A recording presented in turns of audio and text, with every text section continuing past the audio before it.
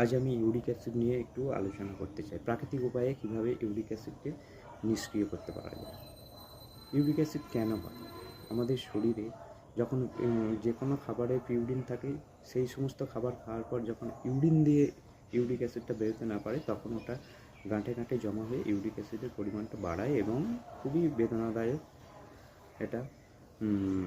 এটা প্রাকৃতিক উপায়ে কীভাবে নিষ্ক্রিয় করা যায় সেটাও বলবো, এবং একটি প্রাণায়াম বলবো ও একটি আকুপ্রেশার পয়েন্টও দেখিয়ে দেব।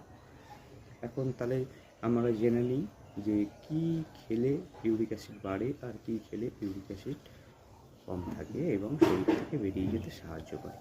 যেমন হচ্ছে রেড মিট, সামুদ্রিক মাছ এবং অ্যালকোহল, এগুলো মোটেও খাওয়া যাবে না ইউরিক অ্যাসিড হলে, কারণ এগুলো প্রচুর পরিমাণে ইউরিক অ্যাসিড বাড়াতে সাহায্য করে আমাদের শরীরের ক্ষেত্রে, সেই জন্য এগুলোকে একদমই খাওয়া যাবে না।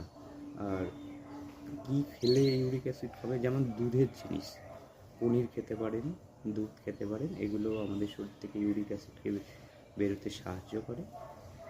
আর প্রাকৃতিক উপায়ে আমি যেটা বলেছিলাম সেটা হচ্ছে কি যে 1 গ্লাস উষ্ণ গরম জল, তার মধ্যে 1 চামচ অ্যাপেল সিড ভিনেগার দিয়ে সকালবেলা খালি পেটে আস্তে আস্তে খেতে পারেন। আর একটি উপায় হচ্ছে 1 গ্লাস উষ্ণ গরম জলের মধ্যে 2 চামচ আদার রস এবং একটি হাফ পাতিলেবুর রস নিগড়ে দিয়ে সেটি খেতে পারেন। দুটোই যদি খেতে পারেন খুব ভালো, নাহলে একটা খেলেও হবে। আর আমি যে প্রাণায়াম এবং আকুপ্রেশারের কথাটা বলেছিলাম সেটার দিকে যাই এবং সেটা আপনাদেরকে দেখিয়ে দিই। এই যে বাঁ হাতের এই পয়েন্টটা দেখে নিন, এই যে এই পয়েন্টটা করেছে না বাঁ হাতের, এইভাবে একটা পয়েন্ট আছে করা, ওইটাতে চাপ দেবেন কীভাবে, যখন আপনি নিঃশ্বাসটা নিচ্ছেন তখন চাপ দেবেন না, যখন নিঃশ্বাসটা ছাড়ছি তখন চাপ দেবেন, আবার নিঃশ্বাস নেওয়ার সময় ছেড়ে দেবেন, আবার যখন নিঃশ্বাসটা ছাড়বেন তখন আবার চাপ দেবেন,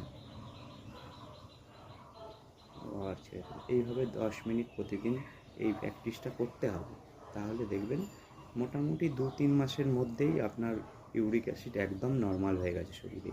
নমস্কার।